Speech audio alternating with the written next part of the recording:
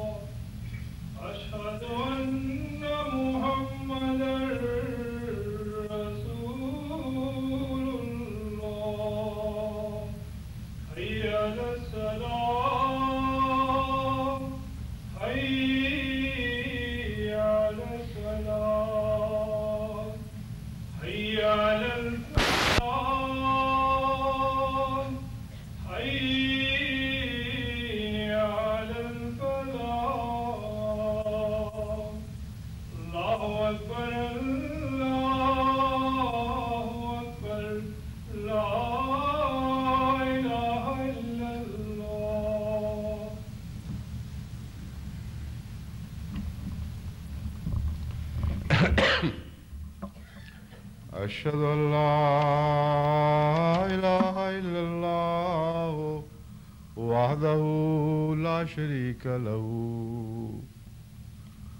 وأشهد أن محمدا عبده ورسوله أما بعد فأعوذ بالله من الشيطان الرجيم بسم الله الرحمن الرحيم الحمد لله رب العالمين الرحمن الرحيم مالك يوم الدين إياك نعبد وإياك نستعين اهدنا الصراط المستقيم صراط الذين أنعمت عليهم غير المغضوب عليهم ولا الضالين. چند ماہ پہلے جب مجھے کینیڈا آنے کی توفیق ملی وہ صرف مشرقی کینیڈا کا دورہ تھا. ٹورانٹو چونکہ جماعت کا مرکز ہے اس لیے وہیں تک دورہ محدود رہا اور مغربی کینیڈا کا کوئی پروگرام نہیں بن سکا. اس دفعہ جب امریکہ کا پروگرام بنا تو ہمارے ایک دوست نے جو پہلے کینیڈا رہتے تھے اب امریکہ جا چکے ہیں انہوں نے مجھے ایک اس سے پہلے وعدہ یاد دلایا کہ آپ نے جسپر پارک میں کچھ دن ذاتی طور پر الگ ٹھہرنے کا ایک دفعہ ذکر کیا تھا اور میں نے آپ سے وعدہ لیا تھا کہ آپ میرے مہمان رہیں گے. تو اب آپ کو میں وہ یاد دلاتا ہوں. یہ پیغام مجھے کسی ذریعے سے ملا تو اگر ہو سکے تو جسپر پارک کا دورہ اس دفعہ رکھ لیا جائے. بس وہ ذاتی دورہ جو جسپر پارک کا تھا اللہ تعالیٰ نے اس پہلو سے بہت مبارک کر دیا کہ کینیڈا ہی کے مغربی حصے میں 2 جمعے پڑھنے کی توفیق ملی ہے. ایک جمعہ ایسی جگہ پڑھا گیا جہاں وینکوور کی تقریباً تمام جماعت شامل ہوئی اور اس کے علاوہ سیاٹل کی جماعت کی بھی بھاری نمائندگی وہاں تھی. لیکن وہ پڑھا گیا کینیڈا کے ساحل میں، کینیڈا کی سرزمین میں، یعنی بارڈر کراس کرنے کے بعد. اور دوسرا جمعہ آج یہاں کیلگری میں پڑھنے کی توفیق مل رہی ہے۔ مجھے افسوس ہے کہ وقت محدود ہونے کی وجہ سے آپ کی اور اپنی خواہش کو پورا کرنے کا موقع نہیں مل سکتا، یعنی انفرادی، تفصیلی، ذاتی اور فیملی ملاقاتیں ممکن نہیں ہیں۔ چونکہ یہ ممکن نہیں تھا کہ سب سے مل سکتے، اگر ایسا کرتے تو پھر مل بیٹھ کر جو اجتماعی گفتگو ہے اس کا وقت نہیں ملنا تھا۔ اس لیے میں نے امیر صاحب سے یہ درخواست کی کہ چند ایسے استثناء جو بعض دفعہ کرنے پڑتے ہیں ان کے سوا ذاتی اور فیملی ملاقاتیں نہ رکھی جائیں۔ اس لیے آج کا پروگرام یہ ہوگا کہ جمعے کے بعد ہم کسی ذاتی گھر میں جہاں پہلے سے انتظام ہے وہاں کچھ عرصے کے لیے جائیں گے، پھر 5 بجے ہمارا باقاعدہ دوسرا جماعتی پروگرام شروع ہوگا، اور 5 بجے 1 گھنٹہ کی ملاقاتیں رکھی ہیں، وہ بھی جیسا کہ میں نے بیان کیا ہے استثنائی صورت میں ہیں۔ بعض ایسے ملاقاتیں ہیں جن سے میں پہلے کبھی وعدہ کر چکا تھا اور موقع پر مجھے یاد دلایا گیا، اس لیے مجبوری تھی، اور بعض اور مصلحتوں کے پیش نظر جو جماعتی مصلحتیں بھی ہیں ملاقاتیں رکھنی پڑتی ہیں۔ کسی کو مقامی انتظامیہ سے یا امیر صاحب سے شکوے کا محل نہیں ہے۔ یہ مناسب نہیں ہوگا کہ لوگ کہیں کہ فلاں کی کروا دی اور فلاں کی نہیں کروائی۔ جو کچھ بھی ہوا ہے میری ہدایت پر، مشورے کے بعد اور میری اجازت سے ہوا ہے، اس لیے اس بحث کو بے وجہ نہ چھیڑیں کہ کس کو موقع ملنا چاہیے تھا اور نہیں مل سکا۔ ہاں، اجتماعی ملاقات کے لیے انشاءاللہ 7 بجے وقت رکھا گیا ہے، 7 سے لے کر 6 بجے وقت رکھا گیا ہے، 6 سے لے کر 7:30 تک انشاءاللہ ہم اکثر حصہ مردوں میں بیٹھ کر گفتگو کریں گے۔ جس نے اپنا تعارف کروانا ہوا اسے موقع ملے گا۔ بہت سے ایسے احمدی دوست ہیں جو پاکستان سے یا کسی اور کینیڈا کے حصہ سے اس علاقے میں میرے گزشتہ دورے کے بعد آئے ہیں، اور ان سے جو خصوصاً پاکستان سے آئے ہیں ان سے تو 10-11 سال سے، بعض دفعہ 12 سال سے ملاقات نہیں ہوئی۔ ان میں بھی آگے پھر مختلف قسمیں ہیں۔ جب ملاقات کی خواہش مندوں کی فہرست دیکھ رہا تھا، میں نے امیر صاحب سے کہا کہ جب میں پاکستان ہوتا تھا تو بعض ان میں سے ایسے ہیں جب وہاں بھی ان کو ملنے کی خواہش نہیں ہوئی، تو اب کینیڈا آ کے کیوں زائد حق تسلیم کیا جائے۔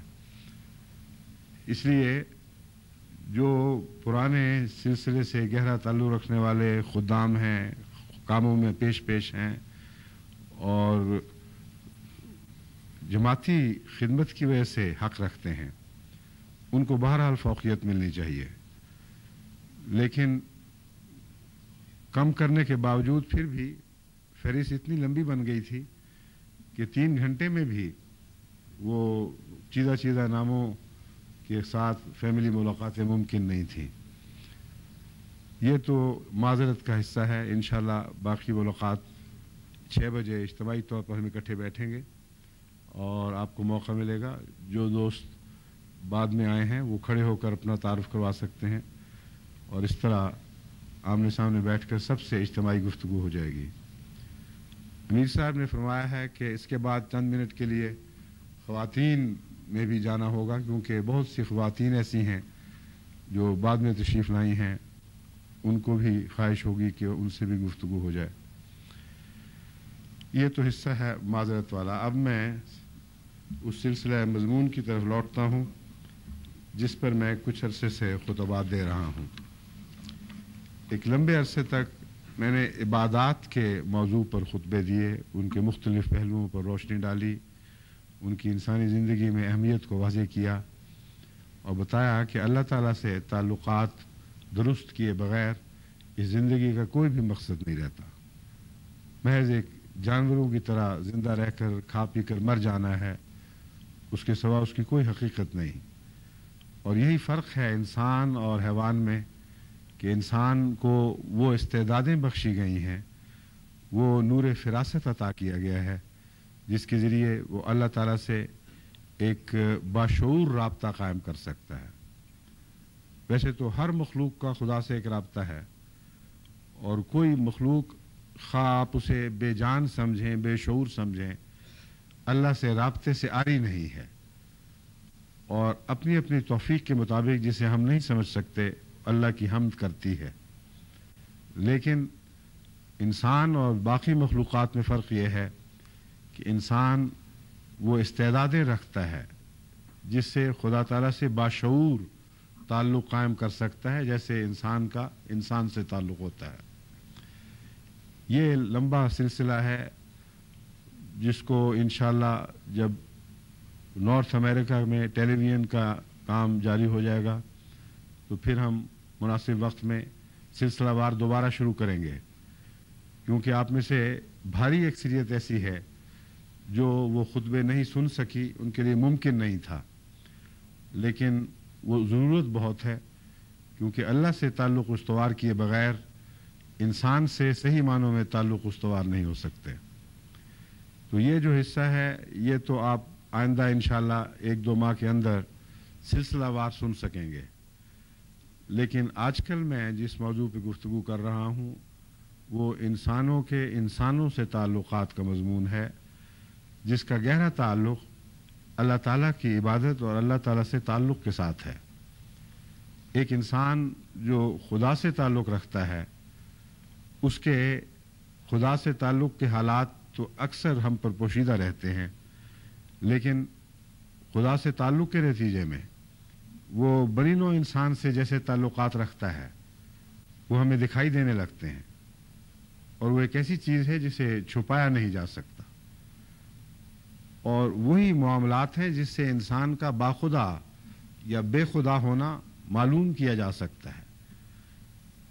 ان تعلقات سے وہ رسمی تعلقات مراد نہیں جو مہذب قوموں میں تہذیب کے نام پر جاری ہیں، بلکہ وہ تعلقات مراد ہیں جو ایک باخدا، سب سے بڑے باخدا برگزیدہ انسان حضرت اقدس محمد مصطفیٰ صلی اللہ علیہ وآلہ وسلم نے اپنے اللہ کے تعلق کے نتیجے میں سیکھے، اور خدا کی محبت کے نتیجے میں خدا کی مخلوق سے جو طبی محبت پیدا ہوئی اور اس محبت کے جو تقاضے تھے وہ آپ نے نہ صرف خود ادا فرمائے بلکہ ہمیں بھی سکھایا کہ اگر تم باخدا ہو تو یہ کچھ کرنا ہوگا، آپس کے تعلقات کو اس طرح درست کرنا ہوگا۔ ان تعلقات کی کمی بسا اوقات جماعت میں بھی نظر آتی ہے، اور اس انسانی تعلق میں رکھنوں کی وجہ سے مجھے ان کی عبادت میں رکھنے دکھائی دینے لگتے ہیں۔ محض یہ کہنا کہ یہ انسانی تعلقات کی خرابیاں درست نہیں ہیں، جس کے تعلقات اللہ سے درست ہوں اس کے انسانی تعلقات ہموار ہو جاتے ہیں اور ان میں بہت کم رکھنے دکھائی دیتے ہیں۔ بعض دفعہ رکھنے دکھائی دیتے ہیں تو دیکھنے والے کی آنکھ کا قصور ہوتا ہے، اور اس کی ٹیڑھی نظر ایک باخدا انسان کے انسانی تعلقات کو ٹیڑھا دیکھنے لگتی ہے، جیسا کہ بعض اندھے اور دشمن اسلام حضرت صلی اللہ علیہ وآلہ وسلم کے انسانی تعلقات پر بھی حرف رکھنے لگتے ہیں۔ بس مراد یہ نہیں کہ ٹیڑھی آنکھوں والوں کو بھی یہ تعلقات درست دکھائی دیتے ہیں، عام سرسری نظر میں انسان جو تقوی کے اعلیٰ مدارج نہ بھی طے کر سکا ہو، اگر معمولی انصاف کی نظر سے بھی دیکھے تو اسے خدا والوں کے تعلقات میں کوئی رکھنا دکھائی نہیں دے گا۔ بس اس پہلو سے میں جماعت کی تربیت کی کوشش کر رہا ہوں، کیونکہ میں یہ یقین رکھتا ہوں کہ جب تک ہم بحیثیت احمدی مسلم اپنے اندرونی تعلقات کو مثالی نہ بنا لیں اس وقت تک ہم بنی نوع انسان پر اسلام کے غلبے کے لیے تیار نہیں ہیں۔ وہ اسلام کا غلبہ جو محض نظریاتی غلبہ ہو، جو کوئی اخلاقی انقلاب برپا نہ کر سکے، جو کوئی روحانی تبدیلی پیدا نہ کر سکے، وہ بالکل بے معنی اور بے حقیقت ہے، اور کبھی حضور اکرم صلی اللہ علیہ وآلہ وسلم نے ایسے غلبے کی کوئی پیشگوئی نہیں فرمائی۔ لِیُظْہِرَہُ عَلَى الدِّینِ کُلِّہِ فرمایا ہے، یہ نہیں فرمایا کہ تمام انسانوں پر دنیا اس مذہب کو غالب فرما دے گا، فرمایا محمد رسول اللہ کو تمام ادیان پر غالب فرما دے گا۔ یعنی محمد رسول اللہ کے اخلاق، محمد رسول اللہ صلی اللہ علیہ وآلہ وسلم کا رہن سہن، آپ کی بود و باشت، آپ کی طرز معاشرت، آپ کے بنی نوع انسان سے تعلقات، آپ کے خدا تعالیٰ سے تعلقات ہر دوسرے دین پر غالب آ جائیں گے۔ اس کے لیے ضروری ہے کہ احمدی ایک ایسا خوبصورت آسمانی معاشرہ قائم کریں جس میں وہ جہاں جہاں بھی ہوں دنیا کو جزیروں کی طرح دکھائی دینے لگیں، ایسے جزیروں کی طرح جو ان میں رہتے ہوئے بھی ان سے الگ ہوں اور نہایت دلکش اخلاقی مناظر پیش کرتے ہوں۔ حضرت اقدس محمد رسول اللہ صلی اللہ علیہ وآلہ وسلم کی اس مضمون میں جو متفرق نصائح ہیں، ان میں سے بعض کا انتخاب میں پہلے کر چکا ہوں، بعض کا آج کے خطبے کے لیے انتخاب کیا ہے۔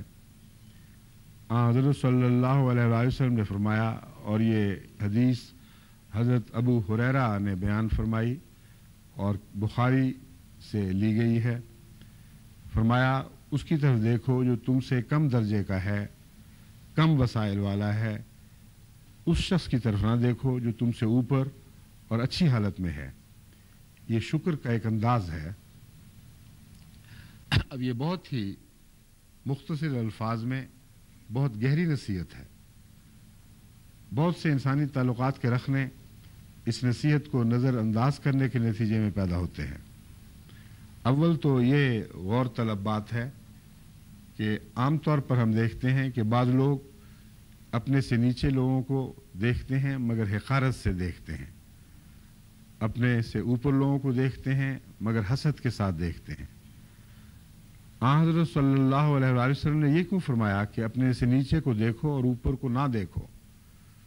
یہ کیوں نہ فرمایا کہ اپنے سے نیچے کو دیکھو تو حقارت سے نہ دیکھو بلکہ محبت سے دیکھو؟ دوسری جگہ فرمایا ہے، یہاں یہ نہیں فرمایا۔ اگر آپ غور کریں تو اس میں حضرت اقدس محمد مصطفیٰ صلی اللہ علیہ وآلہ وسلم کی بے حد گہری فراست کی روشنی ملتی ہے۔ وجہ یہ ہے کہ جو شخص نیچے دیکھے اور حقارت سے دیکھ رہا ہو، اس کے لیے ممکن ہی نہیں ہے کہ اوپر حسد سے نہ دیکھے، کیونکہ جو نیچے حقارت سے دیکھتا ہے اس کو یہ برداشت ہی نہیں ہو سکتا کہ اس سے اوپر بھی کوئی خوشحال انسان ہے۔ بس اوپر نہ دیکھنے نے اس مضمون کو کہ ایک طرف کو ایسا قطع کر دیا ہے کہ دوسرے حصے پر اس کی بہت ہی عمدہ روشنی پڑتی ہے اور ساری بات کی وضاحت ہو جاتی ہے۔ اپنے سے نیچے دیکھو اور اوپر نہ دیکھو، اس کا مطلب یہ ہے کہ وہ لوگ جو حسد کا مادہ رکھتے ہیں، جو کسی کی خوشحالی سے جلتے ہیں، وہی لوگ ہیں جو اپنے سے کم تر لوگوں کی ضرورتوں سے بے نیاز ہو جاتے ہیں اور ان سے بے پرواہ ہو جاتے ہیں۔ ان کی طرف نہ دیکھنے سے مراد یہ ہے کہ اگر نظر ڈالیں گے تو حقارت کی نظر ڈالیں گے، ورنہ ان کو پرواہ کوئی نہیں کہ نیچے کون لوگ ہیں۔ حضور نے فرمایا کہ جب تم دیکھو تو نیچے کی طرف دیکھو اور اوپر نہ دیکھو، اس سے شکر پیدا ہوتا ہے۔ اوپر اگر انسان دیکھتا رہے اور ان لوگوں کو دیکھے جو ان سے بالا ہیں، ان کو خدا نے دولتیں اور دوسری انعامات زیادہ عطا کیے ہیں یا ذہنی اور قلبی صلاحیتیں زیادہ بخشی ہیں، تو ایسے شخص کی زندگی ہمیشہ عذاب میں مبتلا رہتی ہے اور ہمیشہ ناشکری کے خیالات دل میں پیدا ہوتے رہتے ہیں کہ اس کو تو اللہ تعالیٰ نے یہ دیا، مجھے نہیں دیا، یا اس نے یہ اپنے ذرائع سے حاصل کر لیا اور میں نہیں کر سکا۔ تو ساری زندگی میں ایک تلخی گھولی جاتی ہے۔ لیکن ایک انسان اگر نیچے کی طرف دیکھنے کا رجحان رکھتا ہو تو وہ لوگ جو اس سے کئی طرح سے کمتر ہیں، ذہنی لحاظ سے کمتر ہیں یا جسمانی استعدادوں کے لحاظ سے کمتر ہیں یا مالی استعدادوں کے لحاظ سے کمتر ہیں، رہن سہن اور دنیا کے دیگر آرام کے ذرائع میں وہ نسبتاً کمتر ہیں، تو اس کی توجہ ان کے لیے ہمدردی اور احسان کی طرح سے، احسان کے زاویے سے ہوگی اور حقارت کے زاویے سے نہیں ہوگی، کیونکہ اس کے ساتھ حضرت صلی اللہ علیہ وسلم نے شکر کی شرط لگا دی ہے کہ یہ میں تمہیں شکر کرنے کا طریقہ سکھا رہا ہوں۔ بس جو شخص اپنے سے کم تر کو دیکھے وہ ہمیشہ شکر میں مبتلا رہے گا کہ اللہ کا کتنا بڑا احسان ہے کہ مجھے یہ بھی میسر ہے اور وہ بھی میسر ہے، اور ان صلاحیتوں میں میں اس سے بہتر ہوں۔ اس پہلو سے اگر آپ دنیا میں تمام معذوروں اور مجبوروں کو دیکھیں، یا غریبوں کو دیکھیں یا مظلوموں کو دیکھیں، تو آپ کے اندر ہمیشہ یہ احساس تشکر زندہ رہے گا کہ اللہ تعالیٰ نے آپ کو بہتوں سے بہتر انعام عطا فرمائے ہیں جن کے آپ حقدار نہیں تھے، جو آپ نے کمائے نہیں ہیں۔ کیونکہ اگر آپ اپنے آپ کو حقدار سمجھیں اور یہ یقین کریں کہ یہ کچھ آپ نے کمایا ہے، تو پھر شکر کا جذبہ پیدا نہیں ہو سکتا۔ حضرت مسیح موعود علیہ الصلوۃ والسلام فرماتے ہیں سب کچھ تیری عطا ہے، گھر سے تو کچھ نہ لائے۔ بہت ہی پیارا شعر ہے اور اسی مضمون پر روشنی ڈال رہا ہے کہ وہ شخص جو یہ سمجھتا ہو کہ جو کچھ بھی ملا ہے اللہ کی نعمت ہے اور اس کی مرضی ہے، وہ مالک ہے، جتنا چاہے دے، اسی پر ہم راضی رہیں، اور پھر یہ یقین کریں کہ یہ ہماری محنت یا حق کے نتیجے میں نہیں بلکہ عطا کے نتیجے میں ہے۔ تو ایسے انسان کی زندگی غربت اور تکلیف میں بھی سنور جاتی ہے، اور اس کا روزمرہ کا اپنے ماحول سے برتاؤ اور ان سے اٹھنا بیٹھنا اور ملنا جلنا ایک شکر گزار بندے کی طرح ہو جاتا ہے۔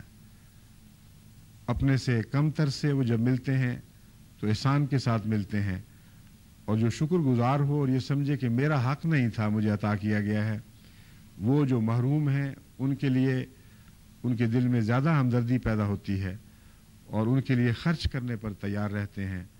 اگر یہ نہ کر سکیں تو ان کے لیے دعائیں کرتے ہیں اور ان سے شرمندہ رہتے ہیں کہ یہ جو ان کو نہیں ملا اور مجھے ملا ہے، اگر میں حقدار نہیں تھا تو پھر لازم ہے کہ ان کے لیے میں کچھ نہ کچھ کروں اور ان کی تکلیفوں کو کم کروں اور ان کی خوشیوں میں اپنی خوشیاں شریک کر دوں۔ یہ وہ مضمون ہے جو بڑا وسیع ہے۔ اس مضمون پر بعض دفعہ میں نے پورے خطبات صرف کیے ہیں، لیکن یہ اتنا گہرا اور تفصیلی وسیع مضمون ہے کہ اس کا ایک دو خطبوں سے حق ادا نہیں ہو سکتا۔ بہرحال حضرت اقدس محمد رسول اللہ صلی اللہ علیہ وآلہ وسلم کی اس حدیث میں بہت ہی گہری فراست ہے اور تمام انسانی نفسیات کا نچوڑ ہے۔ اگر آپ اس پر عمل نہیں کریں گے تو اس وقت جو باقی دنیا کا حال ہے وہی حال جماعت کا ہو جائے گا۔ وہ سب ایک دوسرے سے اموال میں بڑھنے کی کوشش کر رہے ہیں، اور یہ کوشش حسد کے نتیجے میں ہے۔ ایک دوسرے کو اچھا دیکھ نہیں سکتے، اور یہ حال جب معاشرے میں ہو جائے تو گھر گھر آپس میں بٹ جاتے ہیں۔ جس بلا کا نام ہمارے ملک پنجاب میں شریکہ رکھا جاتا ہے، وہ یہی بلا ہے جو ایک دفعہ وارد ہو جائے تو گھروں کو اجاڑ دیتی ہے اور پیچھا نہیں چھوڑتی۔ ایک خاندان کا حصہ ہے، وہ نسبتاً غریب ہے، دوسرے خاندان پہ اللہ تعالیٰ نے دوسرے حصے پر نسبتاً زیادہ نعمت عطا فرما رکھی ہے، تو ان کو دیکھتے ہیں اور آگ لگ جاتی ہے کہ یہ کیوں ہم سے اچھے ہیں، اور اس کے نتیجے میں دشمنیاں پیدا ہوتی ہیں، اور شریکے کی دشمنیاں کئی قسم کے بدرنگ اختیار کر لیتی ہیں، رشتے اجڑ جاتے ہیں، آپس کے تعلقات کے نتیجے میں، یعنی دنیاوی تعلقات کے نتیجے میں بعض رشتے بھی کرنے پڑتے ہیں، اور وہ رشتے نعمت کی بجائے ایک عذاب بن جاتے ہیں۔ بس یہ بہت ہی بڑی ہلاکت ہے جس سے حضرت صلی اللہ علیہ وآلہ وسلم نے اس نصیحت کے ذریعے ہمیں بچا لیا میں امید رکھتا ہوں کہ ان تمام قوموں میں، ان تمام خاندانوں میں جن میں یہ وبا موجود ہے، یہ بلا آ پڑی ہے کہ وہ اچھے کو اچھا نہیں دیکھ سکتے، وہ اس نصیحت کو سن کر اس پر عمل کر کے اپنی زندگی میں انقلاب برپا کرنے کی کوشش کریں گے، اپنے سے نیچے کو دیکھیں گے، ان سے ہمدردی کا سلوک کریں گے۔ اگر یہ سلسلہ ہو تو سلسلہ وار سب سے اچھا اپنے سے کمتر سب سے جھک کر ملے گا اور ان سے حسن سلوک کرے گا، اس کی نعمت سے باقی خاندان کے لوگ بھی حصہ پائیں گے، اس کی رحمت اور شفقت کا باقی سب بھی مورد بنیں گے، اور اس طرح یہ تعلقات نفرتوں اور حسد کے میں منتج ہونے کی بجائے آپس میں ایک دوسرے کے ساتھ حسن و احسان کے سلوک پر منتج ہو جائیں گے۔ میں نے کہا ذرا گرم پانی ہو یا ہلکا قہوہ منگوا دیجیے۔ مجھے کل پرسوں کچھ تھوڑا سا نزلہ ہو گیا تھا، تو اب اللہ کے فضل سے ٹھیک ہوں، بہت حد تک بہتر ہوں، کوئی اس میں مزید خرابی پیدا نہیں ہوئی، لیکن بولتے وقت گلا کچھ خشک ہو جاتا ہے، اس لیے مجھے پانی مانگنا پڑا ہے۔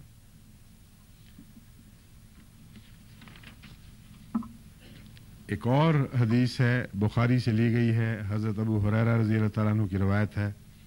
حضرت صلی اللہ علیہ وسلم نے فرمایا کہ اللہ تعالیٰ فرماتا ہے 3 شخص ایسے ہیں جن سے قیامت کے دن میں سخت باز پرس کروں گا۔ ایک وہ جس نے میرے نام پر کسی کو امان دی اور پھر دھوکہ بازی اور غداری کی۔ ایسی مثالیں اللہ تعالیٰ کے فضل سے جماعت میں تو کوئی نہیں ملتی، میرے علم میں کبھی ایسی بات نہیں آئی کہ جماعت میں کسی نے خدا کے نام پر کسی کو پناہ دی ہو اور پھر اس سے دھوکہ بازی کی ہو۔ لیکن جو جماعت کے دشمن مولوی ہیں ان میں بارہا ایسی مثالیں نظر آتی ہیں۔ ابھی 2-3 دن پہلے بنگلہ دیش سے ایک فیکس ملی کہ ایک علاقے کے مولوی نے وہاں کے 9 احمدیوں کو خدا کے نام پر وعدہ کر کے بلایا کہ آؤ ہم گفتگو کرتے ہیں، تمہیں کوئی نقصان نہیں پہنچے گا اور بڑے اچھے پاکیزہ ماحول میں گفتگو ہوگی، مگر خدا کے نام کی پناہ دے کر پھر غنڈوں سے ان پر حملہ کروایا اور کئی تقریباً جانکنی کی حالت میں جا پہنچے۔ تو یہ وہ مضمون ہے جس کو حضرت صلی اللہ علیہ وآلہ وسلم نے بیان فرماتے ہوئے فرمایا کہ اللہ تعالیٰ فرماتا ہے کہ 3 شخص ایسے ہیں جن سے میں قیامت کے روز سخت باز پرس کروں گا۔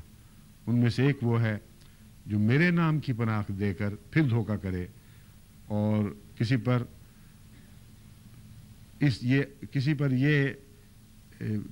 کو یہ یقین دلا کر کہ اللہ کی امان میں آ چکے ہو تمہیں کوئی خطرہ نہیں، پھر اسے اپنے شر کا نشانہ بنائے، اس کو میں کبھی معاف نہیں کروں گا اور اس سے سختی کا سلوک کروں گا۔ پھر فرمایا دوسرا آدمی وہ ہے جس نے کسی آزاد کو پکڑ کر دھوکہ بازی اور غداری کی اور اپنے فائدے کے لیے آگے بیچ دیا، اس کی قیمت کھا گیا۔ اس سے پتہ چلتا ہے کہ اسلام میں غلامی کا کوئی تصور نہیں ہے۔ وہ غلامی کا تصور جس کا ذکر قرآن کریم میں ملتا ہے وہ خاص جنگ کی حالتوں کے نتیجے میں جنگی قیدیوں کو غلام کہا جاتا ہے، اور تمام تر مضمون انہی کے گرد گھوم رہا ہے، لیکن کہیں اشارتاً بھی اس بات کی اجازت نہیں کہ کوئی انسان کسی دوسرے آزاد انسان کو پکڑ کر اپنا غلام بنا لے۔ اور یہ عجیب بات ہے کہ وہ قومیں جو اسلام کے غلامی کے تصور پر تانظن ہیں اور دنیا کو کہتے ہیں کہ اسلام نے غلامی کی تعلیم دی، انہوں نے ایسی غلامی کی بنیادیں ڈالی ہیں اور اس قدر سنگین غلامی کے جرائم، غلام بنانے کے جرائم ادا کیے ہیں کہ ساری دنیا کی تاریخ میں اس کی مثال نہیں ملتی۔ یہ امریکہ جو کثرت کے ساتھ ایفرو امریکن سے بھرا ہوا ہے، یہ اس بات پر گواہ ہے کہ افریقہ کے ملکوں سے مغربی قوموں نے دھوکہ دے دے کر لوگوں کو پکڑا اور بہت مدت تک نہایت خوفناک جیلوں میں ٹھونسا اور پھر وہاں سے پکڑ کر یہ ایسے حال میں امریکہ کے ساحل پر لے کے آئے کہ ایک بڑی بھاری تعداد رستے میں گندی اور ناقابل برداشت حالتوں کے نتیجے میں مر جایا کرتی تھی۔ میں جب غانا گیا تھا تو وہاں جب ان کے صدر سے ملنے گیا تو ان کے ایڈی کانگ نے مجھے محل میں وہ تہہ خانہ بھی دکھایا تھا جہاں کسی زمانے میں دھوکہ دے کر افریقن یعنی غانین افریقنوں کو پکڑ کر پہلے قید میں رکھا جاتا تھا اور پھر وہاں سے جہازوں پر لاد کر امریکہ پہنچایا جاتا تھا۔ ایسے خوفناک نظارہ تھا کہ اس کو دیکھ کر انسان کے رونگٹے کھڑے ہو جاتے ہیں، رونگٹے کھڑے ہوتے ہیں انسان کی بہیمانہ کیفیت کو دیکھ کر، اس کی بد حالت کو دیکھ کر۔ بتانے والوں نے بتایا کہ ایک ایک کمرے میں اتنے آدمی ٹھونس دیے جاتے تھے کہ وہ بیٹھ نہیں سکتے تھے کیونکہ بیٹھنے کے لیے جو ہلنے کی جگہ ہے وہ میسر نہیں ہوتی تھی اور ان کے لیے کوئی ٹوائلٹ کا انتظام نہیں ہوا کرتا تھا، اور خوراک اس وجہ سے کبھی کبھی روٹی پھینک دیا کرتے تھے کہ یہ مر نہ جائیں، یہ ہماری دولت ہے جو ضائع نہ ہو جائے۔ اور اس حالت میں کئی لوگ کھڑے مر کر گرتے رہتے تھے یا پھنسے رہتے تھے اسی طرح۔ پھر جن جہازوں پر لادتے تھے ان میں ایسی کیفیت تھی جیسے دڑبوں میں ظالم لوگ مرغیاں ٹھونس دیتے ہیں، اور ان کا بھی وہی حال تھا۔ جو تاریخ میں نے پڑھی ہے معلوم ہوتا ہے کہ 25 سے 30% تک زندہ آدمی امریکہ تک پہنچتے تھے، باقی رستوں میں مر جاتے تھے۔ اور ابھی یہ مہذب قومیں ہیں، یہ اسلام کی غلامی کے تصور پر ہنستی ہیں، حالانکہ قرآن کریم کا مطالعہ کر کے دیکھیں اور اس تعلیم کو دیکھیں جو آن حضرت صلی اللہ علیہ وسلم نے غلاموں کے متعلق فرمائی، تو ایک حیرت انگیز انسانی عظمت کا مظہر تعلیم ہے۔ یہی وجہ ہے کہ قرآن کریم میں غلامی بنانے کا رستہ تو کوئی نہیں بتایا گیا سوائے اس کے کہ جنگ ٹھوسی گئی ہو، اور غلامی سے آزادی کے بے شمار دروازے کھولے گئے ہیں، یہاں تک کہ یہ حق بھی ہر غلام کو دے دیا کہ اگر تم جنگی غلام کے طور پر کسی کے ماتحت آئے ہو اور اس سے آزاد ہونا چاہتے ہو تو تمہارا بنیادی حق ہے، تم جتنی قیمت تمہاری طے ہو وہ وعدہ کرو اور اس کے نتیجے میں تمہیں آزاد کر دیا جائے گا، پھر کماؤ اور اس کو قیمت کو ادا کرو۔ اس سے مقاتبت کہا جاتا ہے۔ کسی آزاد کو خود پکڑ کر غلام بنا لینا اور بیچنا اتنا مکروہ فعل ہے کہ اللہ تعالیٰ نے آن حضرت صلی اللہ علیہ وسلم کو خبر دی کہ یہ دوسرا شخص جسے میں قیامت کے دن سختی سے دیکھوں گا اور سختی سے اس کی باز پرس کروں گا، وہ شخص ہوگا جو کسی آزاد بندے کو پکڑ کر غلام بنا لے اور اس کی قیمت کھا جائے۔ تیسرا آدمی فرمایا وہ ہے جس نے کسی کو مزدوری پر رکھا، اس سے پورا کام لیا لیکن اس کو طے شدہ مزدوری نہ دی۔ پہلی دو صورتوں میں تو اللہ تعالیٰ کے فضل کے ساتھ جماعت میں کوئی دور کا بھی ایسا امکان دکھائی نہیں دیتا کہ ان بدیوں میں ملوث ہو، لیکن مزدوری نہ دینے کا جو معاملہ ہے یہ بہت سے باریک پہلو رکھتا ہے، بہت سے پردے رکھتا ہے، اور گھروں میں جن علاقوں میں خدمتگار رکھنے کا رواج ہے ان میں عموماً یہ دیکھا گیا ہے، عموماً نہیں تو یہ نظر ضرور آتا ہے کہ بعض لوگ اپنے گھر کے نوکروں سے ویسا سلوک نہیں کرتے جو ایک خدمتگار کا حق ہے، اور اس کی تفصیل حضور نے مختلف جگہوں پہ بیان فرمائی ہے۔ کچھ حصہ میں پہلے بیان کر چکا ہوں مگر یہاں اب یہ منفی رنگ میں ذکر کر رہا ہوں کہ اللہ تعالیٰ نے فرمایا کہ جو کسی سے کام لے اور اس کا حق ادا نہ کرے، اس کے متعلق اللہ تعالیٰ قیامت کے دن یہ سلوک فرمائے گا کہ وہ جو 3 نمایاں مجرم جن سے خدا تعالیٰ نے سختی سے باز پرس کرنی ہے ان میں ان لوگوں کو بھی شامل کیا جائے گا۔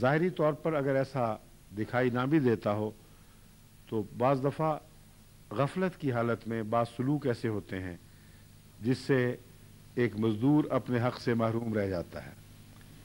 اس کے متعلق جماعت کو ہمیشہ متنبہ رہنا چاہیے. گھر کے نوکر ہوں، جو رواج تو اب کم ہوتا جا رہا ہے، یا تجارت میں نوکر ہوں، ان سب سے ایسا حسن سلوک ہونا چاہیے کہ کوئی شائبہ بھی اس بات کا نہ رہے کہ اللہ تعالیٰ قیامت کے دن ایسے شخص کو ناراضگی کی نظر سے دیکھے. حضرت ابو ہریرہ رضی اللہ تعالیٰ عنہ کی ہی ایک اور روایت ہے جو بخاری سے لی گئی ہے. حضرت صلی اللہ علیہ وآلہ وسلم نے فرمایا، طاقتور پہلوان وہ شخص نہیں ہے جو دوسرے کو پچھاڑ دے، پہلوان وہ ہے جو غصے کے وقت اپنے آپ پر قابو رکھے، یعنی اپنے نفس کو پچھاڑ دے.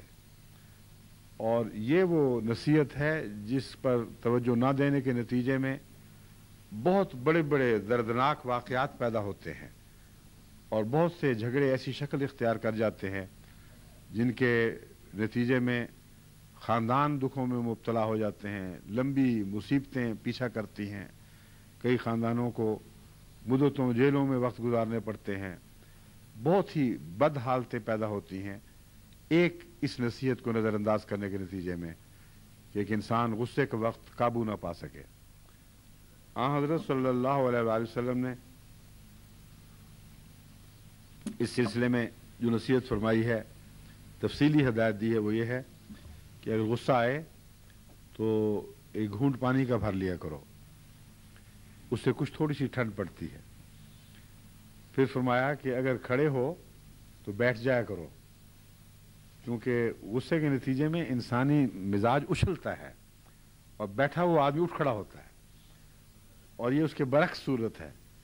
کھڑے ہوئے کو بٹھائے تو غصہ بھی ساتھ کچھ جھاگ کی طرح بیٹھتا ہے، اور اگر بیٹھے ہوئے ہو تو لیٹ جاؤ، لیکن غصے پر قابو پانا ہے، ورنہ غصے کی حالت میں انسان ایک دفعہ مغلوب ہو جائے تو پھر اس سے دیوانوں کی طرح بعض حرکتیں سرزد ہوتی ہیں جس پر وہ ہمیشہ پچھتاتا ہے اور پھر بھی کچھ نہیں کر سکتا. بس آپ نے فرمایا کہ پہلوان تو وہ ہے کہ جب غصہ اس پر قبضہ کر رہا ہو اس وقت وہ غصے کو پچھاڑ دے، بجائے اس کے کہ کسی اور کو گرا دے. اب ترمذی سے ایک حدیث لی گئی ہے، حضرت عبداللہ بن عباس روایت فرماتے ہیں، حضرت صلی اللہ علیہ وسلم نے فرمایا، اپنے بھائی سے جھگڑے کی طرح نہ ڈالو اور نہ اس سے بےہودہ تحقیر آمیز مذاق کرو، اور نہ اس سے ایسا وعدہ کرو جسے پورا نہ کر سکو، یعنی جھوٹے وعدے نہ کیا کرو. اس میں پہلی بات یہ فرمائی، بھائی سے جھگڑے کی طرح نہ ڈالو. ہر وہ شخص جو ایسی بات کرتا ہے جس کے نتیجے میں جھگڑا پیدا ہوتا ہے وہ طرح ڈالنے والا ہے. پھر اگلا شخص اگر ضبط نہ کر سکے تو وہ معاملہ لمبا ہو جاتا ہے، پھر بعض دفعہ دونوں طرف سے زیادتیاں شروع ہو جاتی ہیں. تو برائی کا آغاز کرنے والا بہت زیادہ ذمہ دار ہے، اور وہ طرح کس طرح ڈالی جاتی ہے اس کے متعلق آگے میں بعض حدیث آپ کے سامنے رکھوں گا. اس سے تفصیلی طور پر آپ متنبہ رہیں گے کہ کیا کیا باتیں ہمیں نہیں کرنی چاہیے اور کیا کیا باتیں کرنی چاہیے جن کے نتیجے میں جھگڑوں کا قلع کما ہو سکے. ایک دو باتیں آپ نے خود اس میں بیان فرما دی ہیں. فرمایا، بےہودہ تحقیر آمیز مذاق نہ کیا کرو. اور یہ وہ بیماری ہے جو انسانوں میں کثرت سے ملتی ہے، خصوصیت سے انفرادی سطح پر مشرقی قوموں میں، اور وہ علاقہ جس کا نام ہندوستان ہے، یعنی جس میں ہند و پاکستان دونوں شامل ہیں، اس علاقے میں تو یہ بیماری بہت کثرت سے ملتی ہے. اور مغربی قوموں میں قومیت کے حساب سے، جس کو آپ ریسزم کہتے ہیں، اس کے مادے کے طور پر دکھائی دیتی ہے.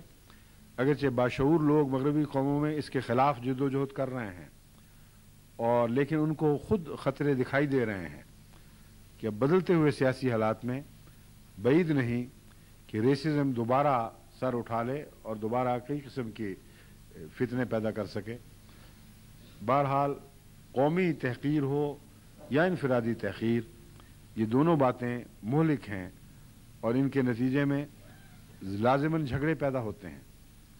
بس فرمایا کہ جھگڑے کی طرح نہ ڈالو اور اس کی بنیادی وجہ کی طرف متوجہ ہوئے۔ فرمایا کہ جھگڑوں کا آغاز بسا اوقات تحقیر سے ہوتا ہے۔ اس سے پہلے میں حدیث یہ پیش کر چکا ہوں کہ حضرت نے فرمایا کہ نیچے دیکھا کرو، اوپر نہ دیکھو۔ جو شخص نیچے تحقیر سے دیکھتا ہو اس کے لیے ممکن ہی نہیں ہے کہ اوپر نہ دیکھے، وہ اوپر حسد سے ضرور دیکھتا ہے۔ اس لیے یہ بات میں دوبارہ کھول رہا ہوں، مراد اس سے یہ ہے کہ نیچے دیکھو، محبت اور شفقت سے دیکھو، اور اگر ایسا نہیں کرو گے اور تحقیر سے دیکھو گے تو جھگڑوں کی بنیاد ڈالنے والے ہوگے۔ بس انفرادی طور پر ہم نے دیکھا ہے مجالس میں بعض لوگوں کو عادت ہے کسی ایک شخص کے بیچارے میں کوئی نقص ہے، کوئی گنگنی آواز سے بولتا ہے یا اور کوئی جسمانی نقص پیدا ہو گیا ہے تو کئی لوگ اس کے نام رکھتے ہیں، اس کو چھیڑتے ہیں اور اس طرح تنگ کرتے ہیں۔ ایسا شخص دل میں کڑتا رہتا ہے، اگر وہ غریب اور مجبور ہو تو کچھ کہہ نہیں سکتا، لیکن دل میں انتقام کا جذبہ ضرور پیدا ہوتا ہے۔ اگر یہ جذبے پلیں اور سوسائٹی میں زیادہ ہو جائیں، بعض دفعہ ایک کمزور آدمی بھی پھر اٹھ کے انتقام کی سوچتا ہے، اگر چھرا ہاتھ میں آتا ہے تو چھرا لے کر حملہ آور ہو جاتا ہے۔ کئی ایسے واقعات جھگڑوں کی صورت میں میرے سامنے آئے ہیں جہاں محض اس سے آغاز ہوا کہ کسی کو چھیڑا ہے اور بار بار اتنا چھیڑا گیا ہے کہ اس کے نتیجے میں وہ شخص اپنے اوپر قابو نہیں رکھ سکا۔ بس آن حضرت صلی اللہ علیہ وسلم کی نصائح میں بہت گہری حکمتیں ہیں اور تمام معاشرے کے آزار ان نصائح پر عمل کرنے سے دور ہو سکتے ہیں۔ فرمایا بےہودہ مذاق، تحقیر آمیز مذاق بالکل نہ کیا کرو اپنے بھائی سے، یہ بدتمیزی ہے، ناشکری ہے اللہ تعالیٰ کی، اور تمہارے اپنے اندر تمہارے تعلقات میں یہ زہر گھولنے والی بات ہے۔ پھر فرمایا کسی سے ایسا وعدہ نہ کرو جسے پورا نہ کر سکو۔ اب یہ ایک ایسی بات ہے جس کے نتیجے میں کئی قسم کے تعلقات میں رکھنے پڑتے ہیں، لیکن یہ بظاہر ایک معمولی ایسی بات ہے جس کی ہم آپس میں ایک دوسرے سے توقع نہیں رکھتے۔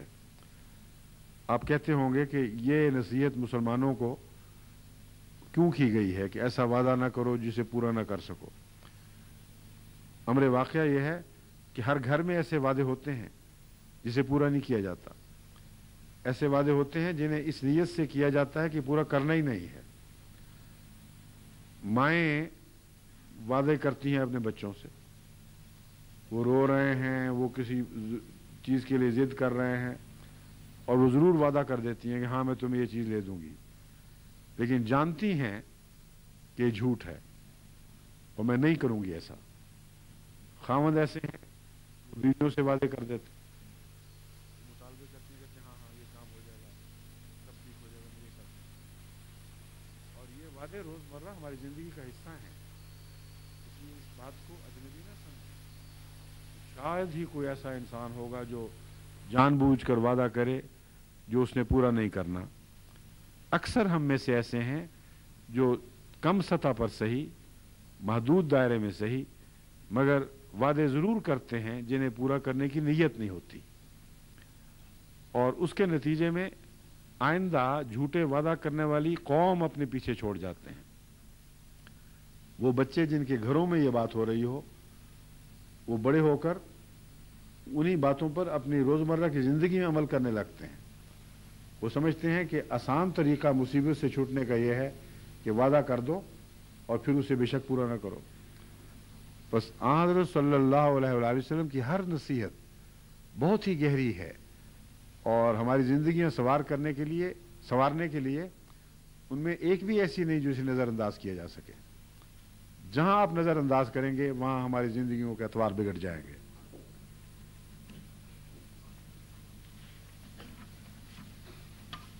حضرت ابو ہریرہ رضی اللہ تعالیٰ عنہ بیان کرتے ہیں کہ آن حضرت صلی اللہ علیہ وسلم نے فرمایا، دو باتیں ایسی ہیں کہ اگر کسی میں پائی جائیں تو وہ اس کے لیے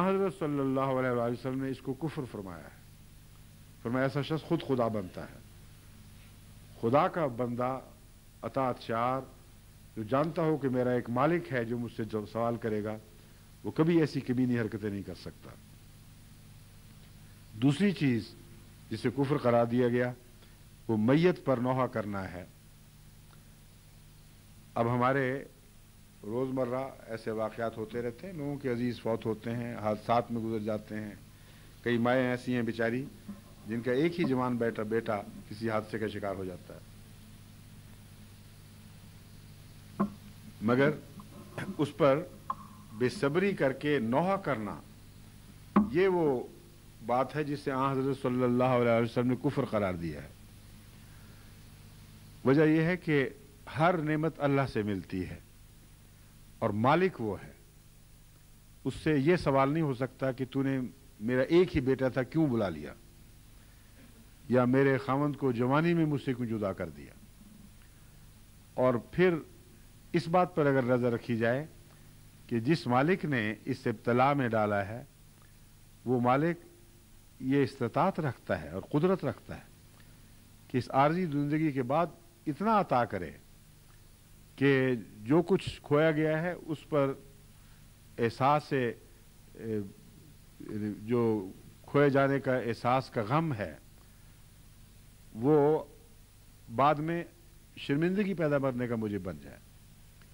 یہ مرنے کے بعد ہی نہیں، اس دنیا میں بھی ایسا ہوتا ہے کہ ایک انسان اگر کچھ کھو دیتا ہے اور اللہ کی خاطر صبر اور رضا اختیار کرتا ہے تو اس کے بعد خدا تعالیٰ ضروری نہیں کہ فوراً آمنے سامنے لین دین کی طرح اسے فوراً کچھ دے دے، مگر ایسے صبر کرنے والوں کو میں نے دیکھا ہے کہ ان کی زندگیاں ہر پہلو سے اللہ تعالیٰ کے فضل کے ساتھ اتنی بہتر ہو جاتی ہیں کہ اپنی پہلی حالت جس پر وہ روتے ہیں وہ اس کے سامنے کچھ بھی دکھائی نہیں دیتی، بالکل معمولی چیز ہے، لگتا ہے جیسے ضائع ہوئی.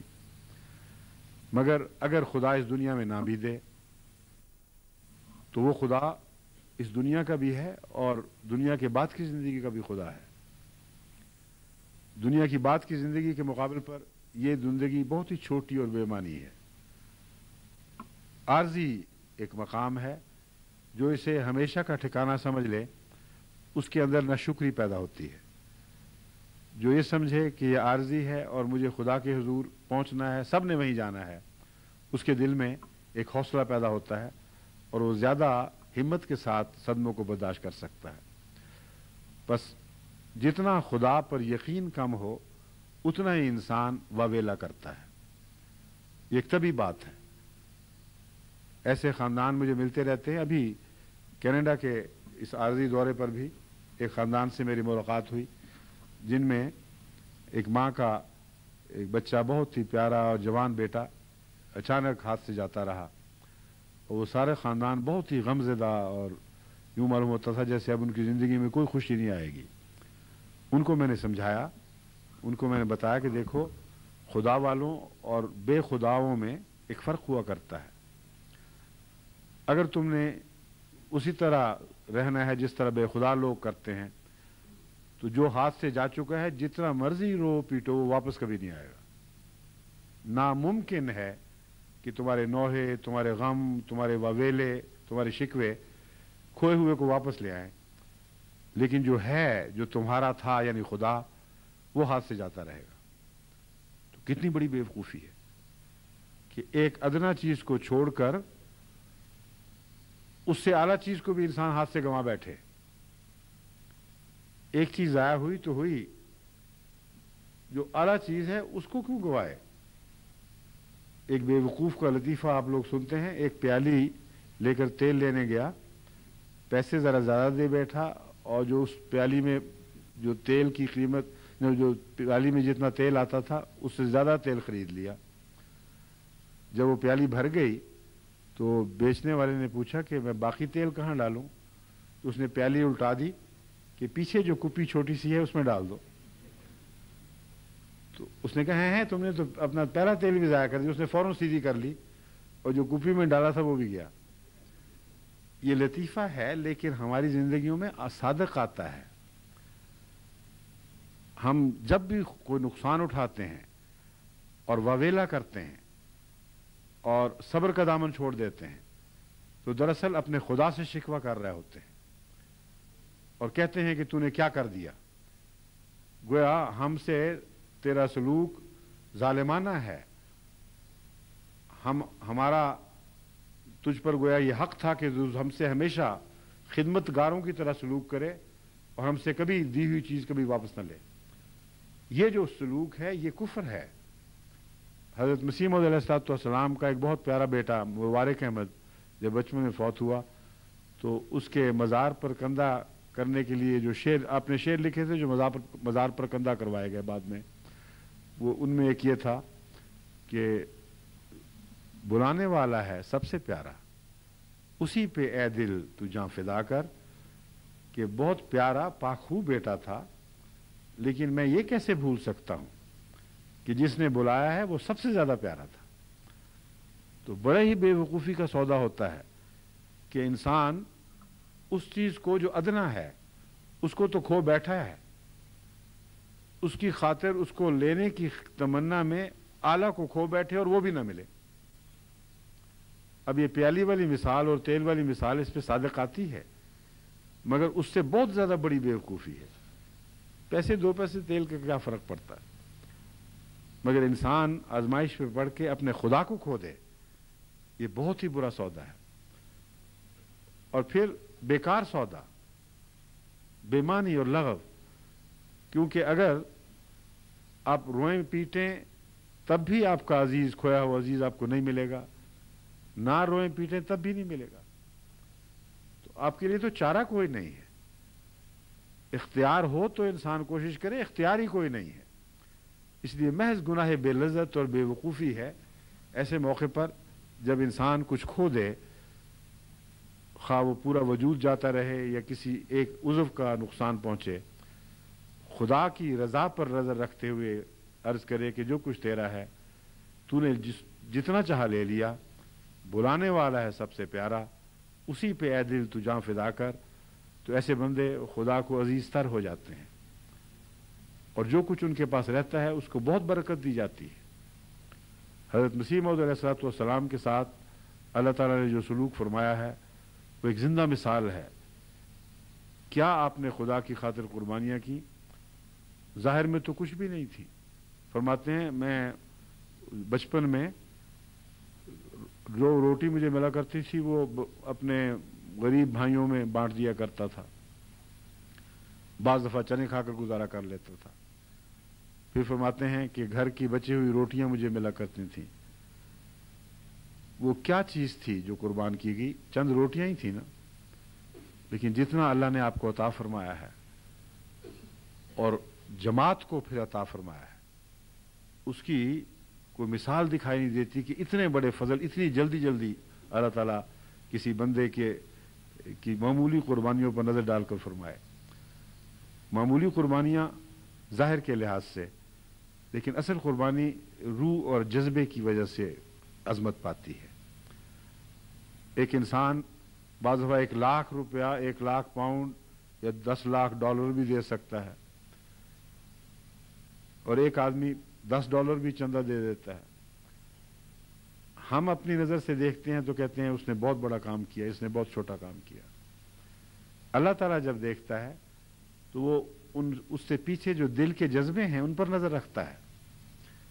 اس لیے وہ قربانیاں جو خدا کے نظر میں مقبول ہوں وہی ہوتی ہیں جن کے پیچھے اللہ سے محبت کے اور انکساری کے جذبات کار فرما ہوتے ہیں، اور قطعاً اس بات کی پرواہ نہیں ہوتی کہ دنیا کی نظر میں وہ آتی ہیں کہ نہیں آتی. بس خدا کے حضور ثابت قدم رہنا ایک بہت بڑی نعمت ہے اور اس کا فقدان کفر ہے. بس آن حضرت صلی اللہ علیہ وآلہ وسلم نے بہت ہی عظیم نصیحت فرمائی ہے کہ وہ لوگ جو نوحے کرتے ہیں، نوحے سے مراد ویسے تو غم تو ہوتا ہی ہے. خود آن حضرت صلی اللہ علیہ وسلم بھی اپنے بچے کے وصال پر رو پڑے تھے، آپ کی آنکھوں سے آنسو جاری ہو گئے تھے. اس کو نوحہ کرنا نہیں کہتے، وہ اور چیز ہے، میں آپ کو بتاتا ہوں کہ وہ کیا ہے. لیکن نوحہ سے مراد یہ ہے کہ پیٹنا اور واویلا کرنا کہ لے گیا سب کچھ خدا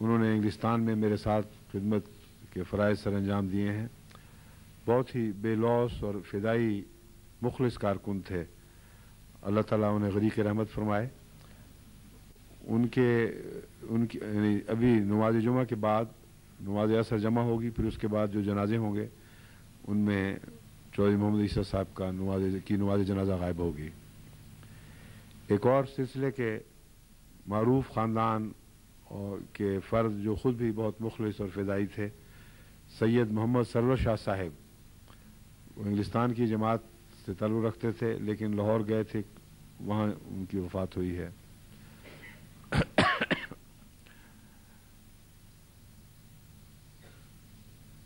ایک قاضی بشیر احمد صاحب افصاحی وال، جو ڈاکٹر حمید الرحمان صاحب امیر جماعت لاس اینجلیس کے ماموں تھے اور جماعت کے ساتھ ہمیشہ اخلاص کا تعلق رکھا، ان کا وصال ہوا ہے. ایک حضرت سیٹھ عبداللہ اعلیٰ دین صاحب کے صاحبزادے یوسف احمد اعلیٰ دین صاحب کے وصال کی اطلاع ملی ہے حیدرآباد دکن سے. اور ایک مکرمہ سلیمہ اوصاف علی صاحبہ بنت حضرت مولانا ذوالفقار علی خان صاحب گوہر کا وصال ہوا ہے.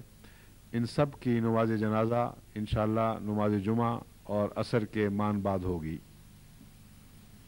اب سب بندی کر لیجئے.